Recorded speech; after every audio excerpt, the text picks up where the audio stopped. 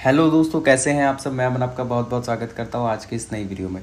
दोस्तों, आज की इस वीडियो के अंदर हम ये हिंदी का देखने वाले हैं जो कि भारतीय भक्ति, परंपरा और मानव मूल्य। देखो, मैं आपको सीधे सीधे शब्दों में बता दूं, बड़े साफ साफ बता दूं कि मुझे अभी तक का सबसे कॉम्प्लिकेटेड जो सब्जेक्ट है वो यही लगा। क्यों? क्योंकि इसमें कुछ एक्सप्लेन नहीं करा।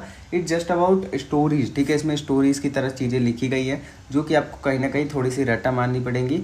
और रट्टा मारने की जरूरत नहीं है। अगर आप एक बार चीज़ों को पढ़ लोगे और मतलब जोड़ जोड़ के लिखना स्टार्ट कर दोगे तो आप कर लोगे। ठीक है, कोई दिक्कत वाली बात नहीं है। देखो, यहाँ पर कुछ भी एक्सप्लेन करने लायक नहीं है। ठीक है, आपको इसका पीडीएफ जो है वो व्हाट्सएप ग्रुप में मिल जाएगा, जिसका लिंक आपको चैनल मतलब डिस्क्रिप्शन में मिल जाएगा। उसमें टेंशन लेने वाली बात नहीं है। तो एक बार देख लेते हैं। पुष्टि मार्गीय भक्ति वल्लभाचार्य द्वारा प्रचारित है। पुष्टि मार्गीय भक्ति के बारे में पूछा है हमसे। इसमें भगवान श्री कृष्ण की सेवा और पूजा विशेष महत्व दिया गया है। ठीक है, इसके पूजा मतलब जो भी इस भक्ति के अंदर हमारे पास भगवान कृष्ण की सेवा और पूजा के विशेष महत्व दिया गया है। यह मार्ग बिना किसी कामना के पूर्ण संपन्न और प्रेम के साथ भगवान की आराधना पर जोर देता है। यहाँ पर कहने का मतलब यह है कि ये जो रास्ता है यहाँ पर बिना किसी कामना के मतलब बिना किसी लालच के, बिना किसी मतलब मन्नत के पूरी तरीके से समर्पण करके अपना और पूरी तरीके से प्रेम के साथ भावना मतलब प्रेम करके भगवान के साथ उनकी आराधना पर जोर देता है।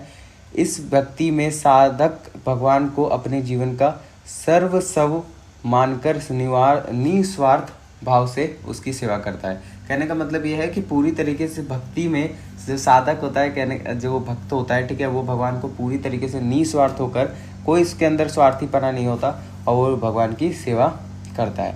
ठीक है, कबीर के राम क्या कहते हैं? कबीर के राम निर्गुण हैं और निराकार हैं। ठीक है, वे किसी विशेष मूर्ति या रूप में नहीं बल्कि सर्वव्यापी सर्वशक्तिमान के रूप में पूजनीय है। यहाँ पर कबीर के राम, कबीर अपने मतलब आपने कभी ना कहीं सुना होगा, वो राम के बारे में बात करते हैं, राम के बारे में चर्चा करते हैं। तो यहाँ पर कहने का मतलब ये है कि उनके राम एक्चुअली में है कौन। ठीक है, तो यहाँ पर बताया गया है कि उनके जो राम है वो निर्गुण है और निराकार है, उनका कोई आकार नहीं है। ठीक है, और उन जो भी विशेष, वो किसी विशेष मूर्ति या रूप में नहीं बल्कि एक सर्वव्यापी, मतलब उनका कोई रूप नहीं है, उनका कोई मतलब कोई भी शरीर नहीं है। ठीक है, बल्कि वो एक सर्वशक्तिमान के रूप में पूजनीय है। ठीक है, कबीर के राम धर्म, जाति और सामाजिक बंधनों से परे हैं। ना उनका कोई धर्म है, ना कोई जाति है, ना किसी सामाजिक मतलब बंधनों से बंधे हुए हैं वो। ठीक है, वे मानवता और सच्चे प्रेम के प्रतीक हैं। वो बस मानवता और सच्चे प्रेम को मानते हैं कि जिसमें मानवता होगी वो उसके साथ देंगे, ये ऐसा कहते हैं कबीर के राम। ठीक है, वो ऐसा मानते हैं। अहक महादेवी की भक्ति भावना। अहक महादेवी कर्नाटक की प्रसिद्ध संत थी। ठीक है, उनकी भक्ति शिव के प्रति थी। वे विरहणी भक्ति के रूप में जानी जाती थी। ठीक है, यहाँ पर एक बताया जा रहा है, अहक महादेवी कर्नाटक की प्रसिद्ध संत थी जो कि शिव जी की बहुत बड़ी भक्त थी। ठीक है, उन्होंने अपने काव्य में अपनी व्यक्तिगत भावनाओं और अनुभूतियों को प्रकट किया है। ठीक है, उनका एक काव्य है जिसमें उन्होंने अपने पर्सनल इमोशंस को डिस्क्राइब किया है। ठीक है, अपने सारी अनुभूतियों को वहाँ पे प्रकट किया गया है उनके द्वारा। उनकी भक्ति में आत्मसमर्पण, प्रेम और तड़प की अद्वितीय संगम मिलता है। ठीक है, आत्मसमर्पण मतलब पूरी तरीके से भक्ति में अपने आप को जो लीन कर देते हैं, वो यहाँ पर बताया जा रहा है। प्रेम, जो कि भक्ति में पूरे डूब चुके होते हैं। तड़प क्या है? भगवान के साथ मतलब भगवान से मिलने की, भगवान को देखने की, भगवान की एक झलक पाने की। ठीक है, तो यहाँ पे उसके बारे में बात की जा रही है। मीराबाई के काव्य में व्यक्ति स्त्री चेतना पर प्रकाश डालिए। व्यक्त स्त्री चेतना पर। मीराबाई के काव्य में स्त्री चेतना का विशेष स्थान है। उन्होंने सामाजिक बंधनों और रूढ़ियों का विरोध कर अपने प्रेम और भक्ति को व्यक्त किया है। उनके गीतों में स्त्री की स्वतंत्रता, आत्मसम्मान और भक्ति के सहज और सजीव चित्रण मिलता है। मीरा ने अपनी भक्ति के माध्यम से सामाजिक परिवर्तन की दिशा में भी कार्य किया है। यहाँ पर देखो, मीराबाई जो है एक काव्य लिखती हैं, उसमें स्त्री चेतना के ऊपर चर्चा करती हैं। उन्होंने बता रखा है कि उनका जो मतलब पहली बात तो उनका एक विशेष स्थान है उनके काव्य में स्त्री चेतना का।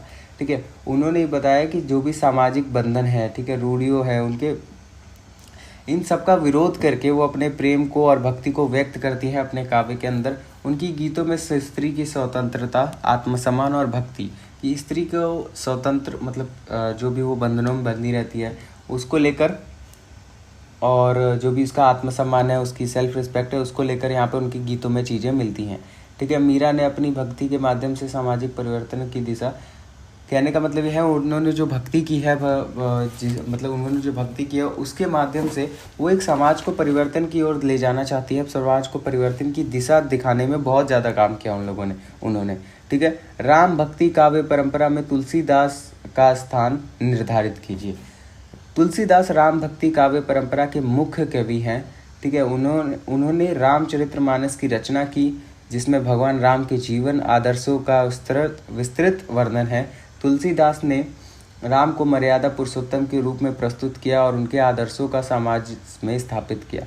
उनकी काव्य रचना आज भी प्रासंगिक और पूजनीय है।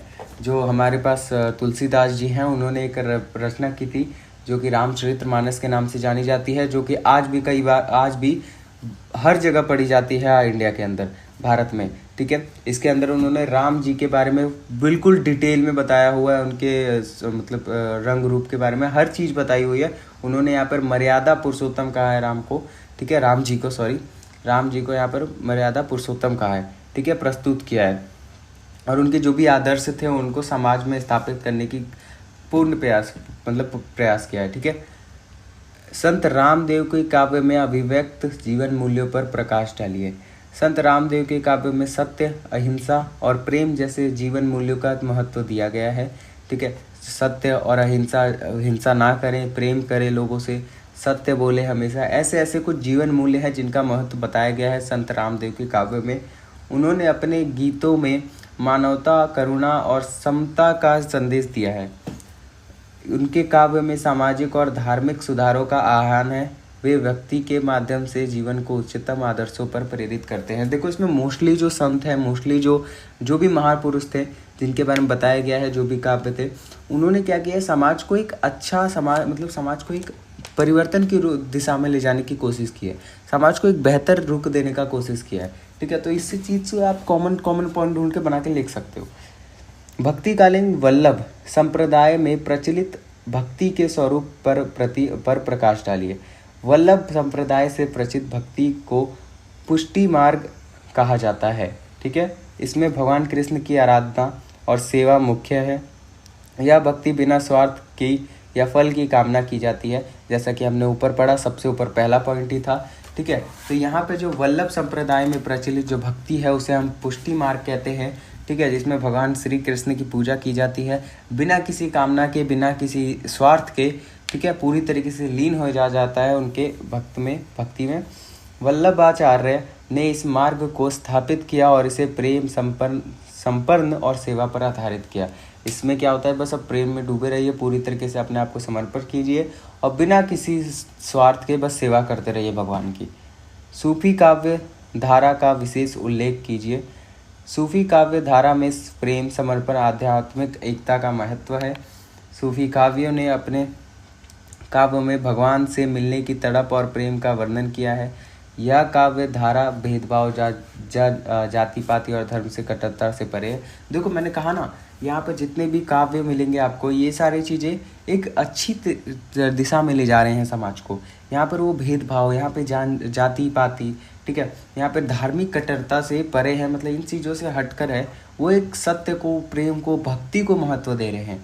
ठीक है, इसमें प्रेम और भक्ति के माध्यम से ईश्वर की प्राप्ति का मार्ग बताया गया है। ठीक है, तुलसीदास द्वारा रचित रामचरितमानस के साहित्यिक सांस्कृतिक महत्व पर प्रकाश डालिए।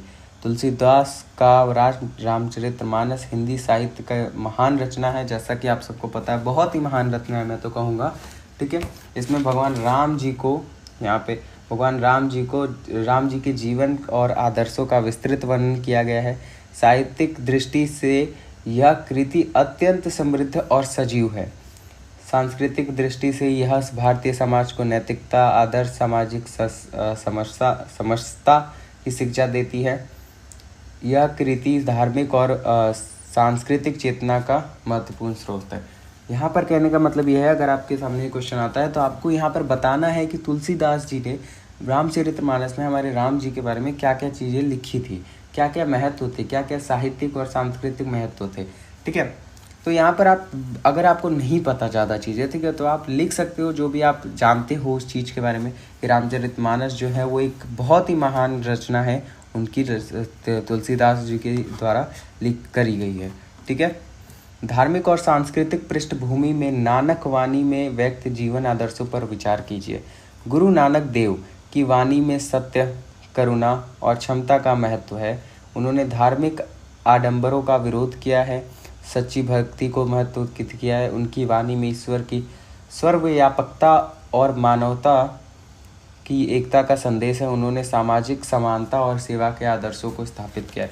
गुरु नानक जो देव थे हमारे, ठीक है, उन्होंने जो अपने काव्य में मतलब अपने काव्य, उसमें उन्होंने बताया है, उन्होंने सत्य की बात की है, उन्होंने करुणा की बात की है, दया भाव की बात की है, उन्होंने समता का भाव महत्व बताया है। ठीक है। उन्होंने धार्मिक आडंबरों का विरोध किया है, मतलब जो धार्मिक कट्टरता होती है उसका विरोध किया है, और सच्ची भक्ति को महत्व दिया है कि जो लोग धर्म को लेकर धर्म के मतलब धर्म को दिखाते तो हैं कि हम उस धर्म के हैं, हम उस धर्म के फॉलो करते हैं, बट एक सच्ची भक्ति वहाँ पे देखने को नहीं मिलती। तो इस बारे में हमारे पास गुरु नानक देव जी ने हमें बताया है।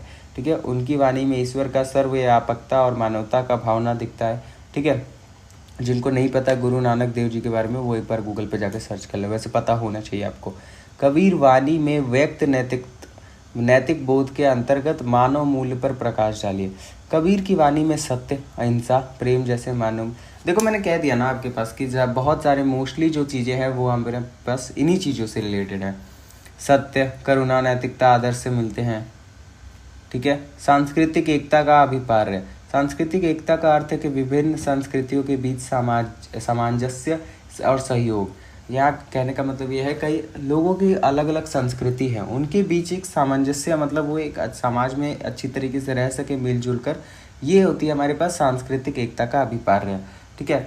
यह विभिन्न धर्मों, भाषा और परंपरा के बीच एकता और समझदारी का बढ़ावा देता है, ताकि वो अलग अलग धर्म के लोग, अलग अलग जाति के लोग, अलग अलग परंपराओं के लोग एक साथ मिल सके, एक साथ एक समाज में अच्छी तरीके से रह सके, उनके बीच में एकता प्रकट हो सके, एक सांस्कृतिक एकता समाज में। ठीक है।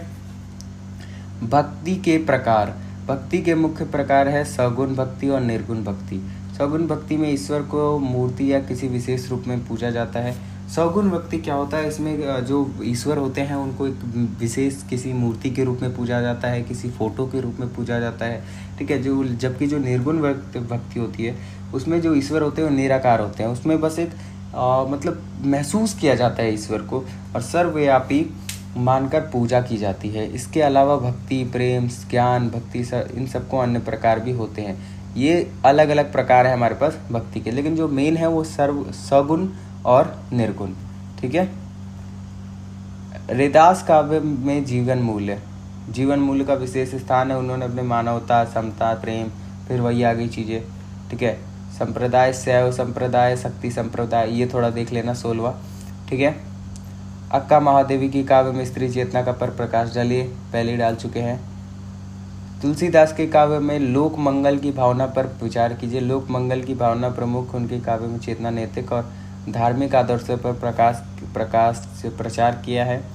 तुलसीदास ने भगवान राम के चरित्र और आदर्शों को स्थापित, मतलब जो आपको अलग दिखे उसे आप रीड कर सकते हो। ठीक है। जैसे अगर मैं आपको बता दूं 21वां नंबर। ठीक है। वैसे तो आपको सारे रीड कर लेने हैं, आपको मतलब ज़्यादा टाइम नहीं जाएगा। भक्ति आंदोलन का प्रसार, एवियन विकास की चर्चा करते हुए इसकी अखिल भारतीय स्वरूप को दर्शन दे। भक्ति आंदोलन का प्रसार मध्यकाल में हुआ। ठीक है। और यह अखिल भारतीय स्वरूप में विकसित हुआ। यह आंदोलन विभिन्न क्षेत्रों में संतों द्वारा प्रचारित हुआ। संत कबीर, मीराबाई, गुरु नानक देव और तुकाराम जैसे संतों ने भक्ति का प्रचार किया। इस आंदोलन में सामाजिक और धार्मिक सुधारों को आह्वान किया और जाति पाति का भेदभाव पर विरोध किया। तो देखो मेन जो यहाँ पे मोटो है ना इस चीज़ का, जो भी क्वेश्चंस है, जो भी आंसर्स हैं, जो भी चीज़ें यहाँ पर दी गई हैं, उनका मोटो यही है कि समाज को एक अच्छे मतलब सुधारा जा सके, एक अच्छी दिशाओं में ले जा सके। ठीक है। तो मैं आपसे भी यही कहूँगा कि समाज को अच्छी दिशाओं में ले जाने की पूरी कोशिश करें आज और फ्यूचर में, भविष्य में, क्योंकि इंडिया को एक टॉप लीडर कंट्री बनाना है, एक टॉप कंट्री बनाना है पूरे विश्व में, तो हमें ही आगे स्टैंड लेना पड़ेगा। ठीक है, तो आज की इस वीडियो के लिए इतना ही दोस्तों। मिलते हैं अगली वीडियो में। पीडीएफ का लिंक आपको प्रोवाइड कर दिया जाएगा। उम्मीद करता हूँ आपको वीडियो अच्छी लगी।